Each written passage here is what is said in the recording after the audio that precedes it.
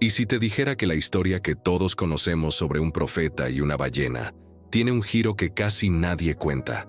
Seguro has oído hablar de Jonás, el hombre que intentó huir de Dios y acabó en el vientre de un pez gigante. La versión popular dice que desobedeció y fue castigado.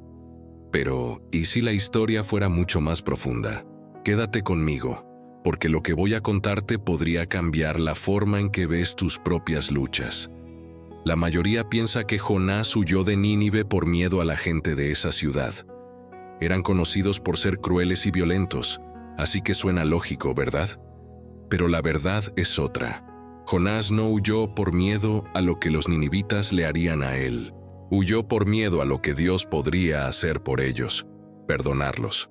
Jonás conocía tan bien la misericordia de Dios que estaba seguro de que si Nínive se arrepentía, Dios les daría una segunda oportunidad, y él, en su corazón, sentía que no la merecían. Prefería verlos destruidos antes que perdonados. Así que cuando Dios le dio la orden, ve a Nínive y adviérteles, Jonás hizo exactamente lo contrario. Compró un boleto en un barco que iba en la dirección opuesta, hacia Tarsis, el lugar más lejano que conocía. Pensó que si se alejaba lo suficiente, podría escapar de su misión, escapar de la voluntad de Dios. Pero, como ya sabes, no se puede huir de lo inevitable. Apenas el barco zarpó, se desató una tormenta tan violenta que los marineros, hombres acostumbrados al mar, entraron en pánico. El barco crujía, las olas lo golpeaban sin piedad y todo parecía perdido. Los marineros empezaron a rezar a sus dioses y a tirar la carga por la borda para aligerar la nave. Mientras tanto, ¿dónde estaba Jonás? Durmiendo profundamente en la bodega. Cuando finalmente lo encuentran y le preguntan qué está pasando, él lo admite. Soy yo. Estoy huyendo de mi Dios. Arrójenme al mar y la tormenta se calmará. No quería hacerlo, pero los marineros, desesperados, finalmente lo lanzaron a las aguas embravecidas. Y tal como dijo, el mar se calmó al instante. Ahora viene la parte más famosa. Un gran pez enviado por Dios se tragó a Jonás. Y aquí es donde la mayoría de la gente se equivoca. Piensan que el pez fue el castigo de Dios, una prisión marina por su desobediencia.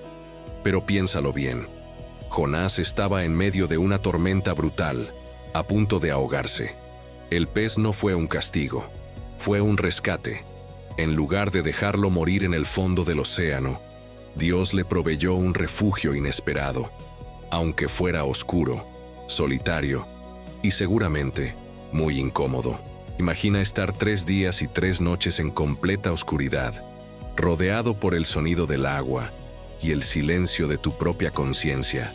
En ese lugar, sin distracciones, sin escapatoria, Jonás no tuvo más remedio que enfrentarse a sí mismo y a Dios. Fue en ese vientre oscuro donde hizo una de las oraciones más sinceras de su vida.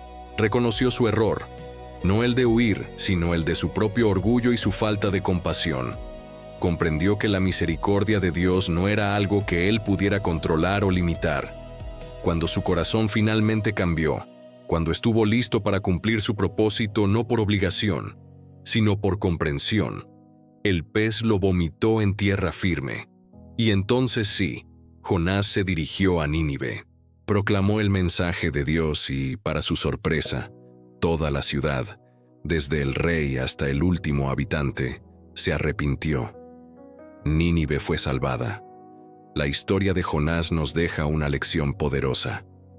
A veces, esos lugares oscuros e incómodos en los que nos sentimos atrapados, una crisis, una enfermedad, una pérdida, no son un castigo. Pueden ser el vientre del pez, el lugar que Dios usa para protegernos de ahogarnos en nuestras propias tormentas, mientras trabaja en nuestro interior. Quizás ese lugar difícil que estás atravesando no es el final de tu